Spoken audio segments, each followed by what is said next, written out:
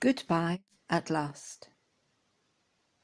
When Jesus came back from the dead, he appeared many times and in many different places. His friends were hiding in a locked room, so the men who killed Jesus couldn't find them, and all of a sudden Jesus was there in the room with them. They were frightened. They were confused. They thought he was a ghost.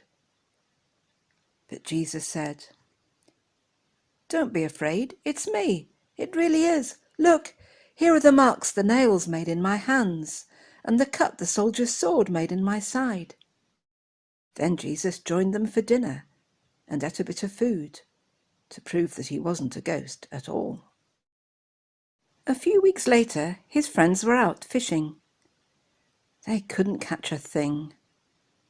Then, all of a sudden, they heard a voice from the shore calling, "Throw your nets on the other side of the boat." And when they did, they caught more fish than their boats could hold.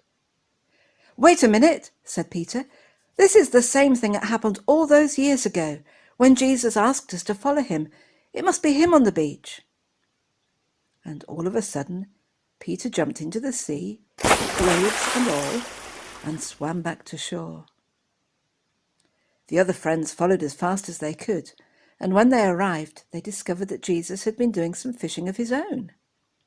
Jesus was cooking fish over a hot fire. They smelled delicious. "Dry yourselves off. Sit down by the fire," Jesus said. "Let's have a picnic right here on the beach." A few more weeks passed, and at last the time came for Jesus to leave, to go to heaven and be with God his Father. So he took one last walk with his friends up a hill near Lake Galilee, where their adventures together had begun. "I've got to go now," Jesus said, "and there is something I want you to do. I will send you a special helper, God's own Holy Spirit. And with his help, I want you to tell my story to the world. Start in Jerusalem and don't stop until everybody has the chance to follow me. And if you ever feel scared or alone, don't worry. Just talk to me and I'll be with you, I promise." Then, all of a sudden, a cloud wrapped itself round Jesus and carried him into the sky.